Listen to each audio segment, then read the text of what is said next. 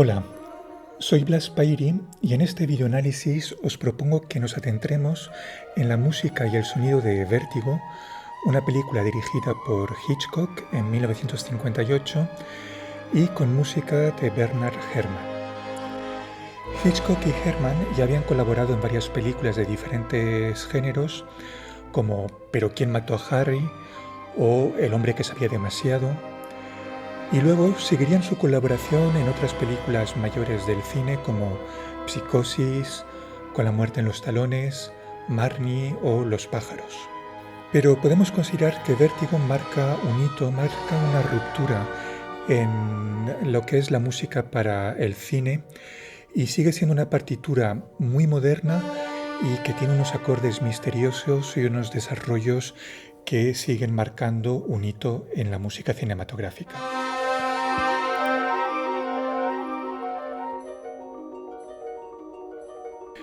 Los elementos que vamos a destacar en este análisis son los diálogos, la música y el sonido ambiente. Al inicio tenemos largas escenas de diálogos sin música que sirven para dar información sobre la situación de los personajes, por ejemplo, en la conversación de Scotty que habla del vértigo. I have acrophobia, which gives me vertigo, and I get dizzy. Boy, what a moment to find out I had it. Well, you got it, and there's no losing it. Entonces, al inicio tenemos sobre todo diálogos que nos informan sobre la trama y la situación de los personajes. I'm mad. Pero los diálogos también sirven para entender la psicología de los personajes y sus conflictos. Y en este caso pueden ir acompañados de música que apoyan ese estado emocional. I don't want to die. There's someone within me, and she says I must die. Oh, Scotty, don't let me go. I'm here. I've got you.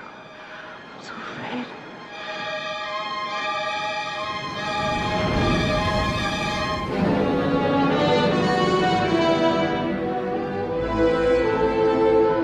Don't leave me. Stay with me. All the time.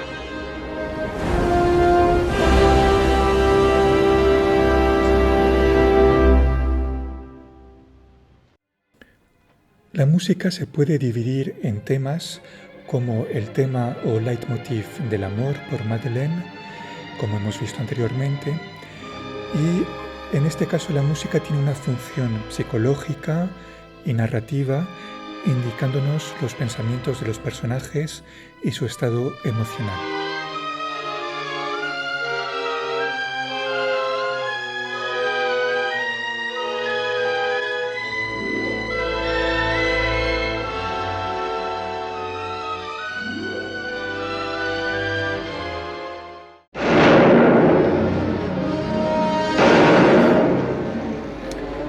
Un segundo tipo de música es la música de acción, que predomina en las escenas de acción, y en este caso la música nos hace entrar con un ritmo frenético en la acción de los personajes y es más importante que el sonido de la acción mismo.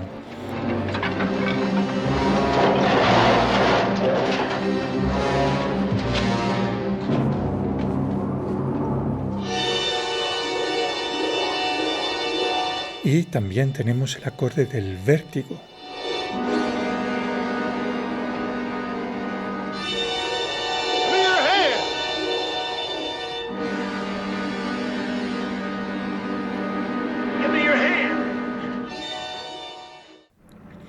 Finalmente tenemos el tema del misterio, que se asocia a los largos seguimientos que hace Scotty para entender qué es lo que está haciendo Madeleine.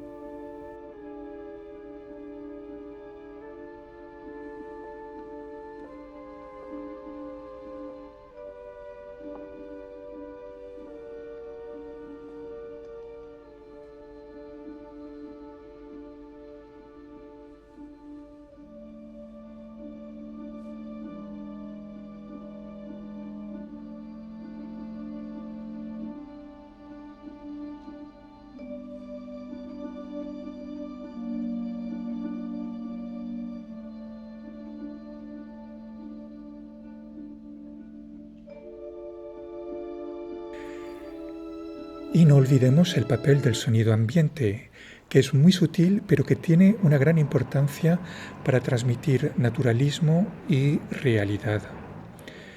Por ejemplo, en esta escena empezamos con sonido ambiente, realista, y luego la música predomina llevándonos al mundo emocional.